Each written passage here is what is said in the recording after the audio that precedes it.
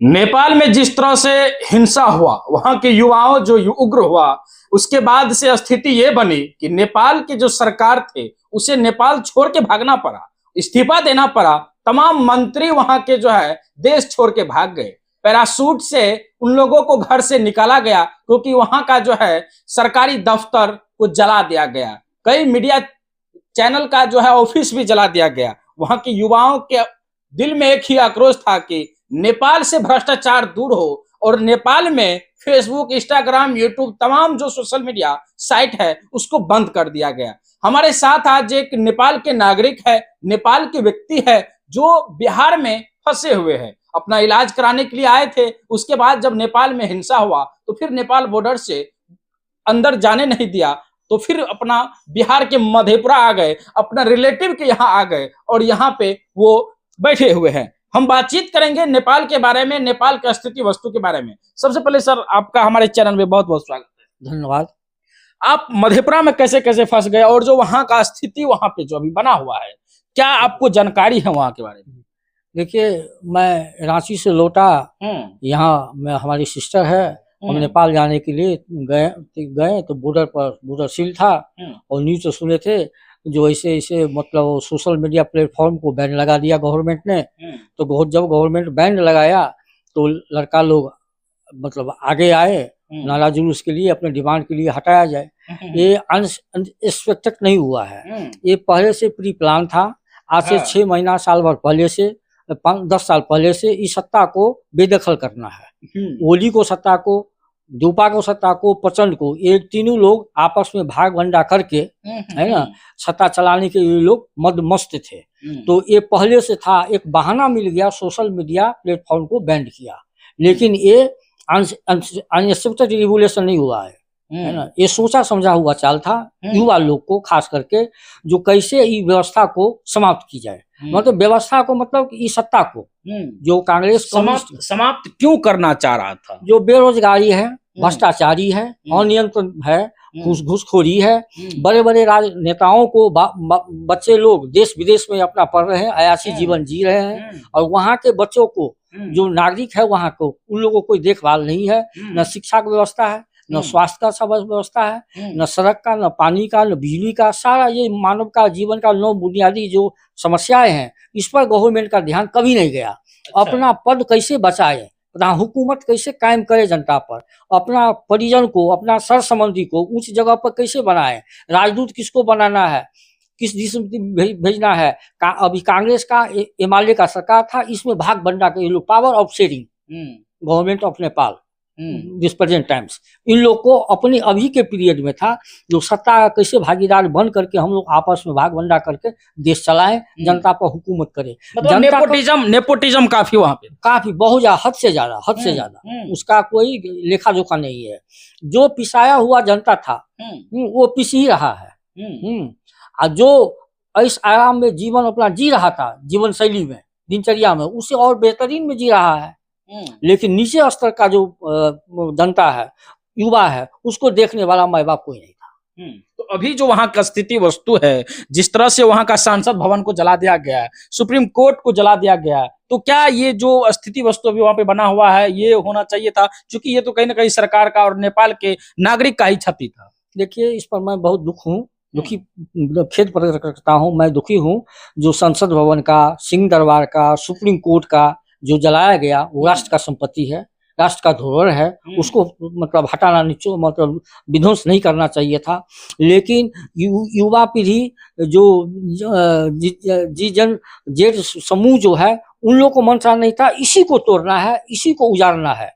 लेकिन उस उग्र भीड़ में जो लोग दो किस्म के होते हैं, उग्रवादी स्वभाव के होते हैं, कुछ होते हैं नॉर्मलाइज रहते हैं, उस सबको ध्यान को इकट्ठा नहीं कर करके हुजूम था, वो लग गया।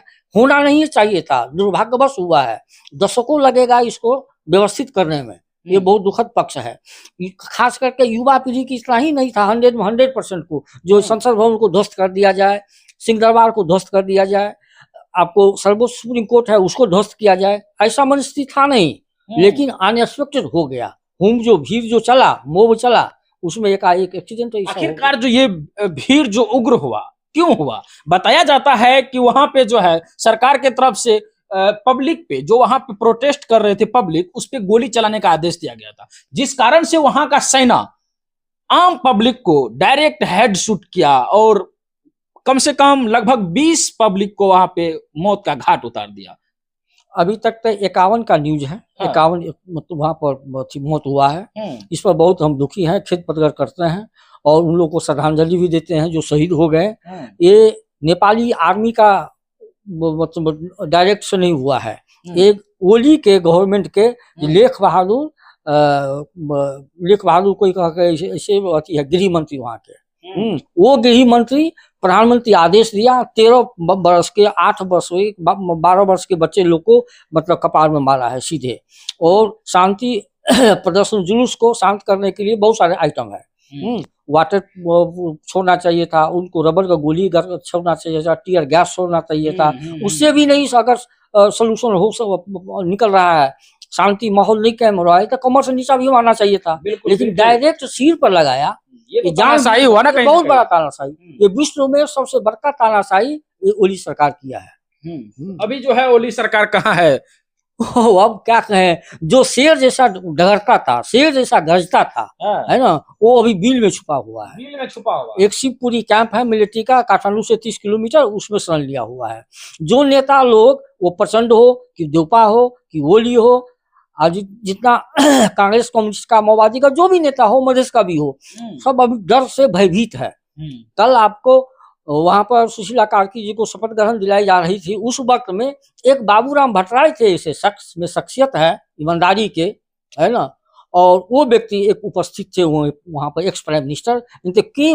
कोई भी नेता, किसी भी पार्टी के पदाधिकारी कोई भी वहां पर नहीं पहुंचे, डर से और भय से। कई वीडियो वायरल हो रहा है जिसमें जो है वहां के नेता को जो है रोड पे दौड़ा दौड़ा के मारा जा रहा है, किसी को पानी में दौड़ा के मारा जा रहा है। क्या स्थिति वहां का बन गया? नहीं, होना था।